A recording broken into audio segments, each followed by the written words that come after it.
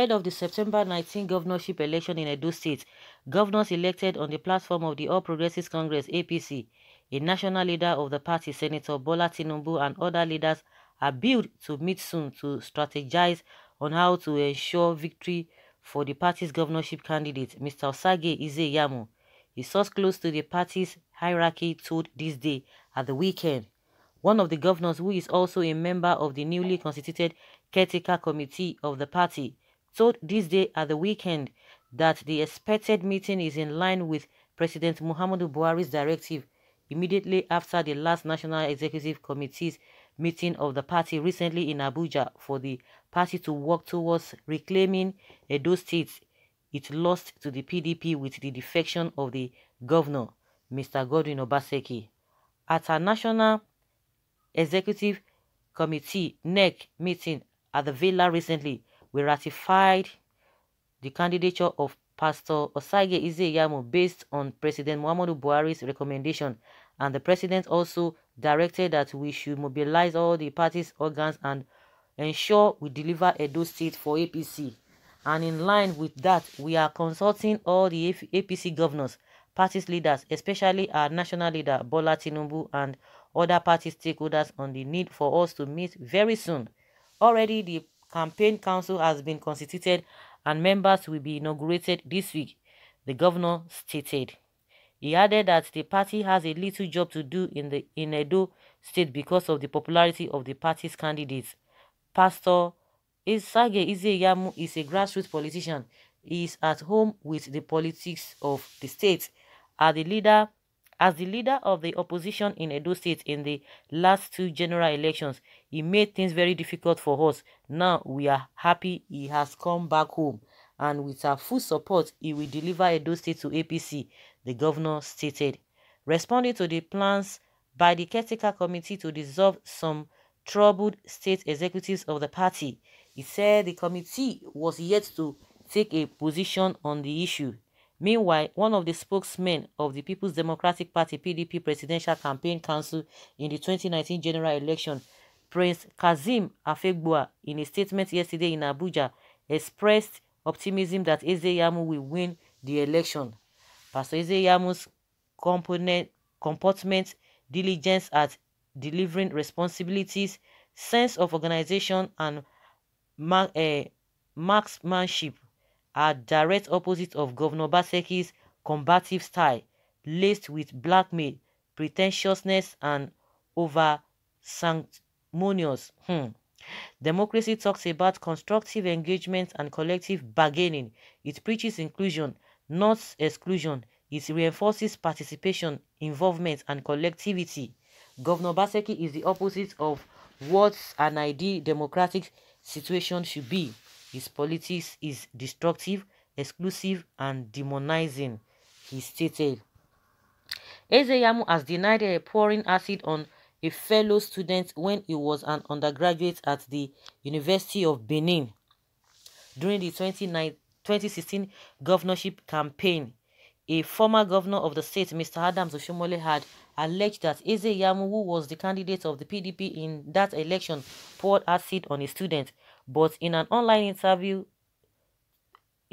television program monitored in Benin, Iyamu drew the attention of the Uniben administration to the plight of the students. Iyamu, who said he ensured the students got first aid treatment, however, added that he and others linked to the incident were rusticated because the identity of the culprit was never known. He said he entered the University of Benin in 1980 to read political science, but later changed to law and did not graduate until 1986 because of the rustication. He explained, "When I was in the university, I was a member of the pirate confraternity. At that time, we didn't look at it as a court arrangement, but some people were already coming in with tendencies that created problems.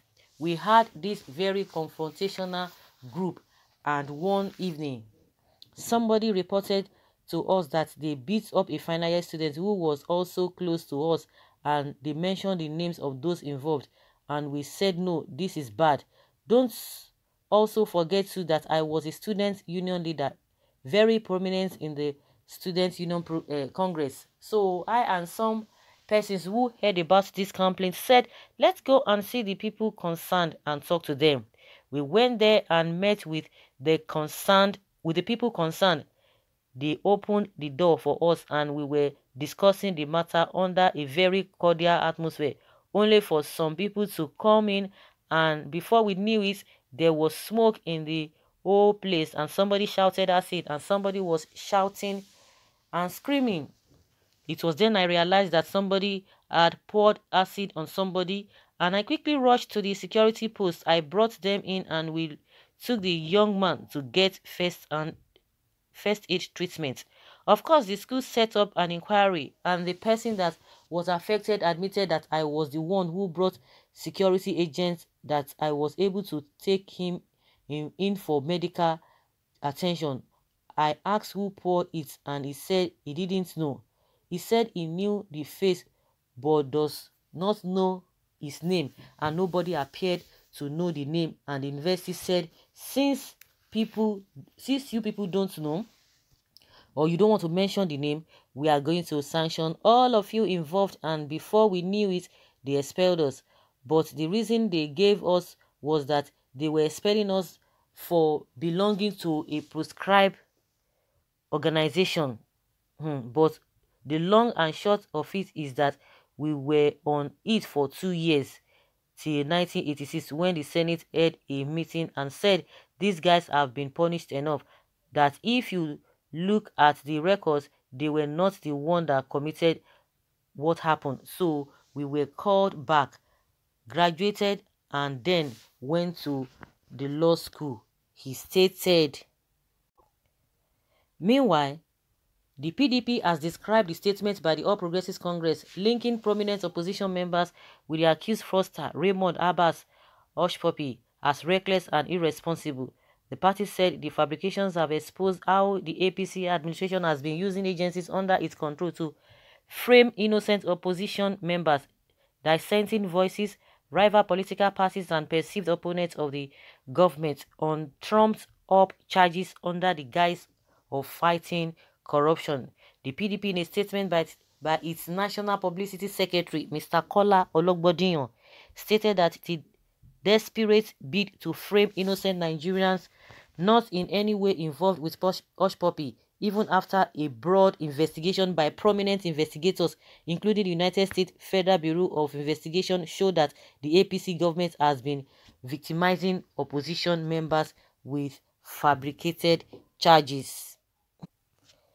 Well, with all of this talk here and there, I think they need to go and settle themselves. You know, we've been talking about what Iyamu'S said, and though he's confirming now that it's not because he poured acid on the gentleman as a them, but because they belong to that cause. That means he's agreeing that it was a courtesy. So I don't know why some people are just coming out that, oh, it is not true, and that's exactly what Oshomole has been saying. But by and large, now they are constituting other group so that Obaseki or Ezeyamu will win. I wish them good luck. Let Edo decide. Edo people would decide, but they should not just use a. They should allow or let the election be free and fair, not the other way around. The people will decide. If they want him, fine. If the reason Oshomole has given for him not to be elected, if people are going to buy it, fine. If they are not going to buy it, it's their luck. Obaseki too, if he has done what the people want, fine. If they feel that they don't want to continue with him, good luck to all of them. Let's see how all of this will play out, because what we know is that the foundation of this country is something else. Okay, someone believes here that PDP can't win Edo election in 2020. Really? Okay. APC cannot rig. It was PDP. PDP was the master in Riga. Okay, no elections since 1999. The head in which they could not rig.